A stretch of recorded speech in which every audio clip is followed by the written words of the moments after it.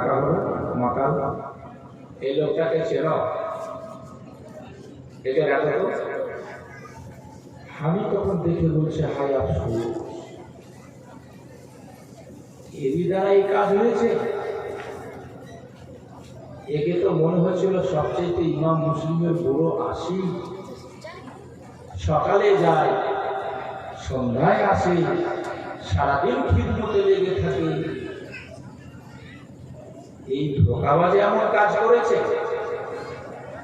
তখন হানি আর ইনকার করতে পারলো না, তবে বলল ইবনে জিয়াদকে যে তুমি আমাকে সময় দাও, আমি বাড়ি গিয়ে ইমাম মুসলিমকে বলবো সে যেন আমার বাড়ি ছেড়ে অন্য জায়গায় চলে যায়, কারণ আমি ডাকিনি, মেহমান হয়ে উনি এসেছিলেন, তাই আমি না করতে পারিনি, আমি আশ্রয় দিয়ে দিয়েছি।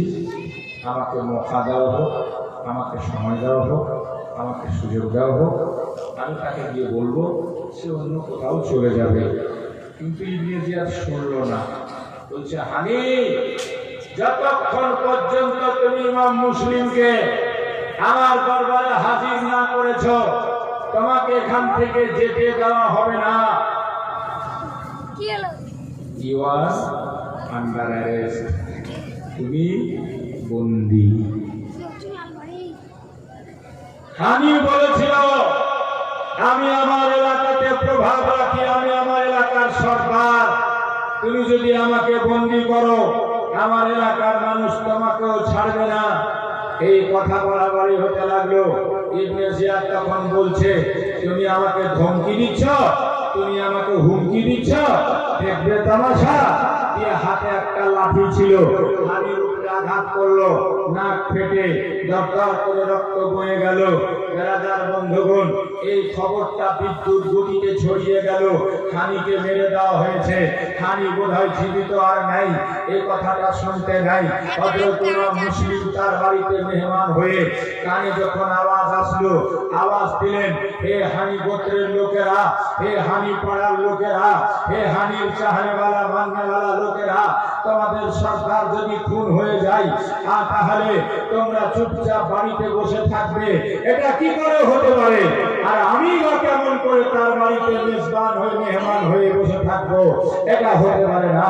চলো সবাই যাব, হানির প্রতিশোধ নেব, হানির বদলা নিব। ইমাম মুসলিম এমন কথা বলতে নাই, শয়ে শয়ে লোক তীর তলোয়ার বল্লম বর্ষা ফারসা নিয়ে বেরিয়ে গেল। সেকেন্ডের মধ্যে তারা গভর্নর ভবনকে ঘেরাও করে নিল।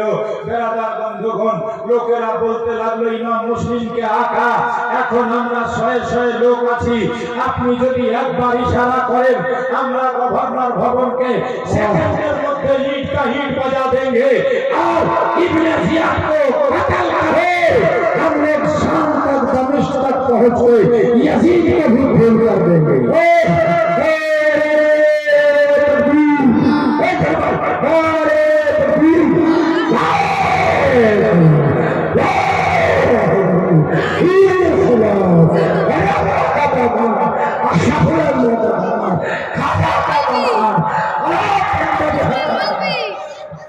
এত জোশে ছিল আশিকেরা, এত জোশে ছিল দিওয়ানারা, তখন তাদের কাছে শক্তি ছিল, পাওয়ার ছিল। তবে আওলাদে রসুল হয়ে ইমাম মুসলিম বলেছিল ভাই हम किसी के पहले हमला नहीं करते हैं, जिस खबर के लिए आए हैं उसका पता लगाओ, हानि जिंदा या मुर्दा।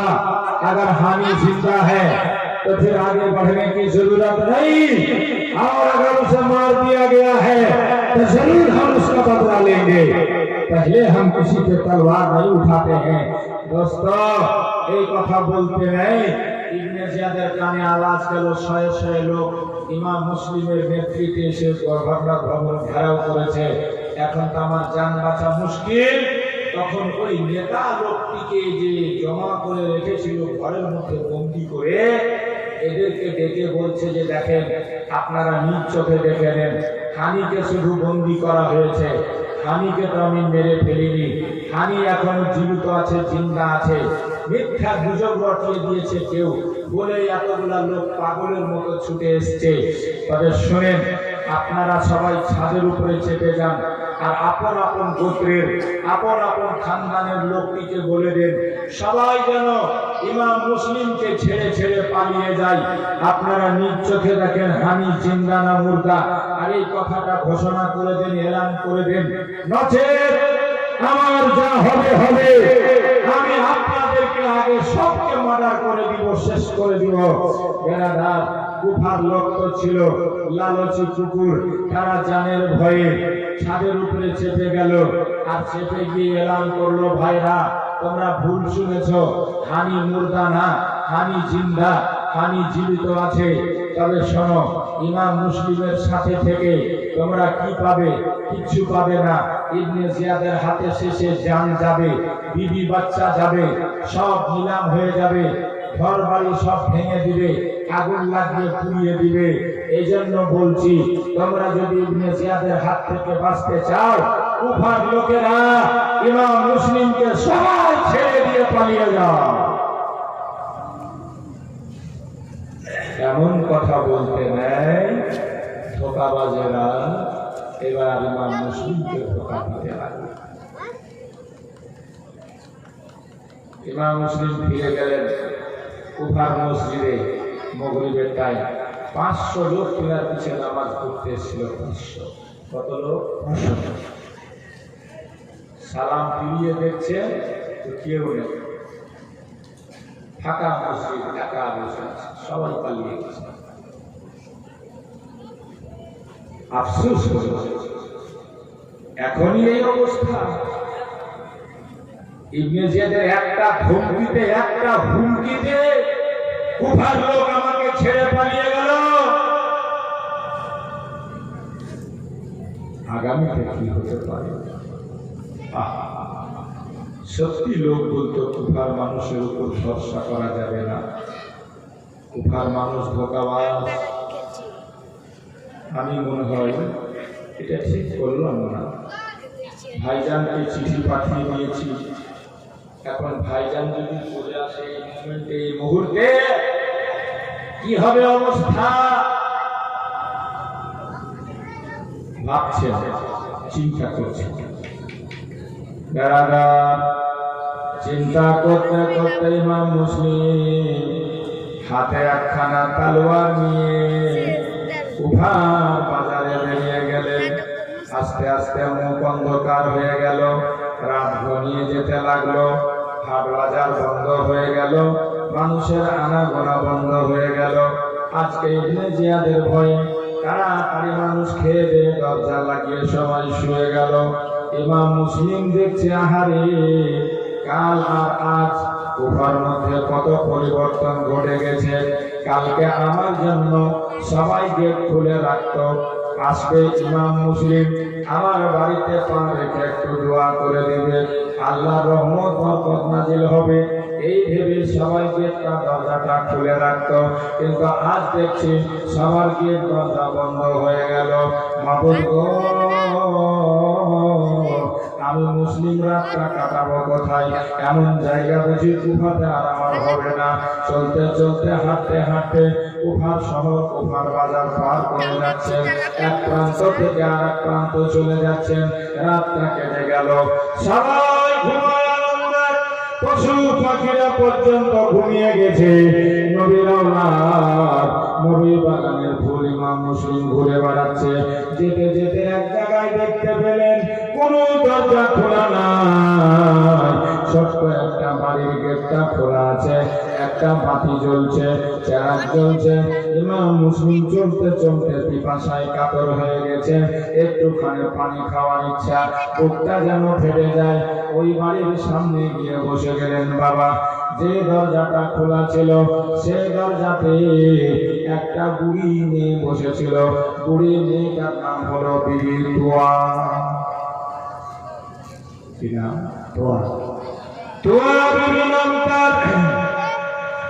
এই বুড়ির জীবনে একটাই বেটা ছিল, তার নাম বেলাল। কি নাম?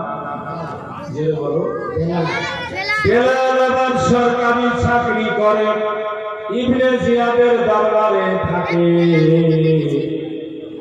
মা বলে কাকে, মায়ের মায়া কাকে বলে, মায়ের মহব্বত কাকে বলে। মা ছেলের অপেক্ষায় বসে আছে, গেট খুলে দরজা খুলে। আমি যদি ঘুমিয়ে যাই আমার মাথা আসবে, হয়তো কষ্ট পেয়ে যাবে। আমি তার মা, এই জন্য মা ঘুমাতে পারে না। আমার বেটা আসবে, বেলালকে খাবার খাওয়াবো, তারপরে ঘুমাবো, এই জন্য গেটটা খুলে রেখেছিল। বাবাজি ভাইয়েরা, বন্ধুগণেরা, এই জন্য তো দুনিয়াতে মায়ের মতো দরদি কেউ হতে পারেনি। সবচেয়ে দুনিয়াতে আমার আপনার জন্য বেশি দরদি হচ্ছে মা। পরিবারের সংসারে সবচেয়ে দরদি বেশি মা। সবচেয়ে দরদি বেশি কে? বলেন কে? এই জন্য আমার নবী মাকে ভালোবাসতে বলেছে বেশি। আমার নবী বলেছে মায়ের পায়ের তলে তোমাদের জান্নাত। আমার নবী বলেছে মায়ের এক ফোঁটা দুধের ঋণ সারা পৃথিবী বিক্রি করলে সমান হবে না, কেউ শোধ করতে পারবে না। এখানে অনেক লোক বসে আছেন ভাই, সত্যি যদি মাকে ভালোবেসে থাকেন, আপনি হলেন তার বেটা জান্নাতি। মা বাপকে ভালোবাসে যারা জান্নাতে যাবে তারা, মা বাপকে কষ্ট দেয় যারা জাহান্নামে যাবে তারা, মা বাপকে দুঃখ দিয়ে মরবে যারা জাহান্নামে যাবে তারা। আমি আপনাদের কাছে মাত্র 5 মিনিটের জন্য মা সম্পর্কে একটা ছন্দ শোনাতে দেখব মাকে কারা কারা ভালোবাসেন। মা কবরে শুয়ে আছে, মায়ের পিঠের নিচে কাপড় খানা পর্যন্ত গলে গেছে, পচে গেছে, কাপড় খানা মায়ের গায়ে নাই। একটা কাপড়ের দাম ইমাম হোসেনের মহব্বতে 1100 টাকা। 1100 টাকা, 1100 টাকা। দেখবো কতটা মুসলমান ভাই বোন আমার আছেন যারা মাকে কবরে শান্তি দিতে চান, ইমাম হোসেনের নামে দান করবেন। আপনার মা ফুলের বাগানে ঘুরে বেড়াবে ইনশাআল্লাহ, এটা আমাদের ভরসা। বাবাজি ভাইরা, যারা ইমাম হোসেনের আশিক হয় তারা জাহান্নামে যাবে না। আমি দেখতে চাই 1100 টাকা ইমাম হোসেনের নামে, 1100 টাকা ইমাম হাসানের নামে, 2 ভাইয়ের নামে দান করবেন। মা সম্পর্কে একটা ছন্দ শোনাতে কবি লিখছে, মায়ের এক ফোঁটা দুধের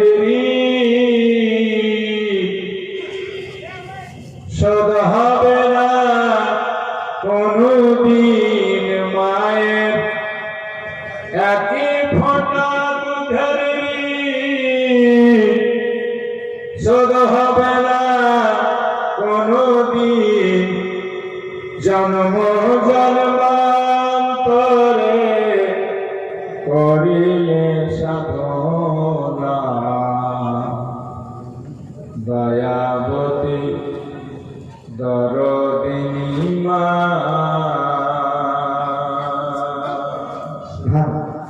যে বলে আমাকে ভালোবাসেন হাত উঠে দেখা সবাই।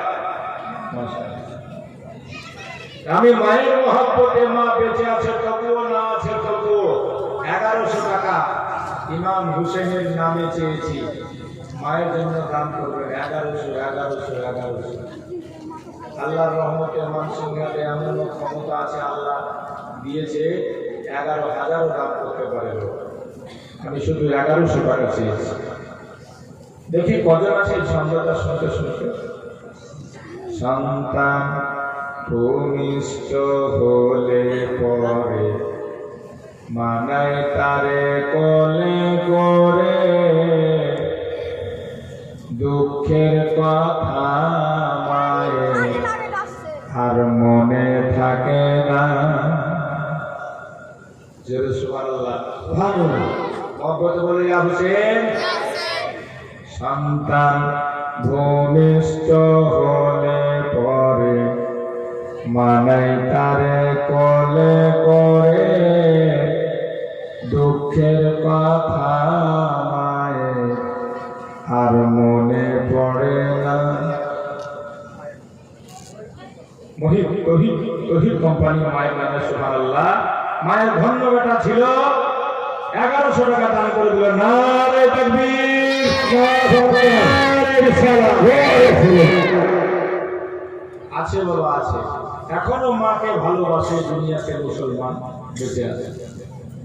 সন্তান ভূমিষ্ঠ হলে পরে মানে তার কোলে করে, দুঃখের কথা মায়ের আর মনে থাকে না।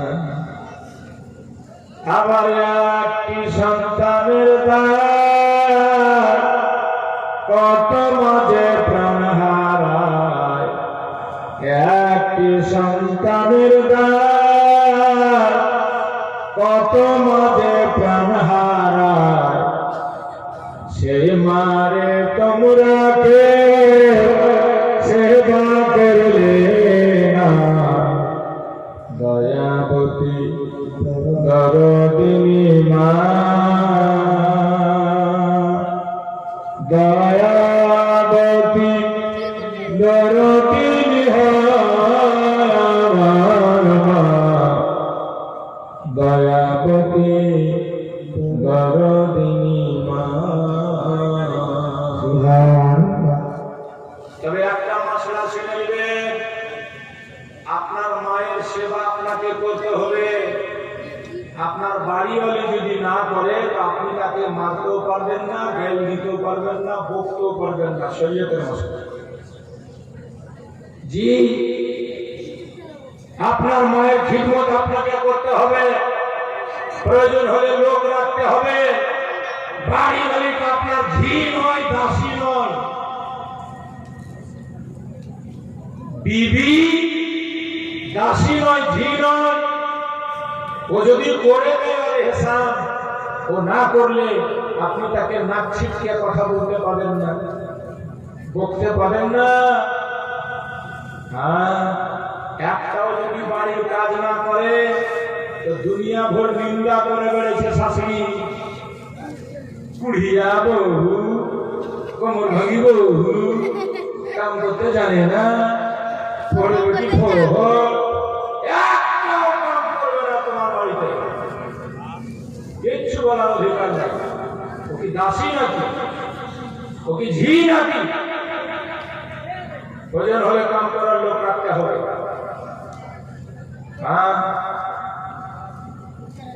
মানুষ বিহা করে না, পরের বেটিকে মনে করছে যে ঝিয়ের মতো খাটাবো, দাসীর মতো খাটাবো। জি না, অধিকার নেই আপনার।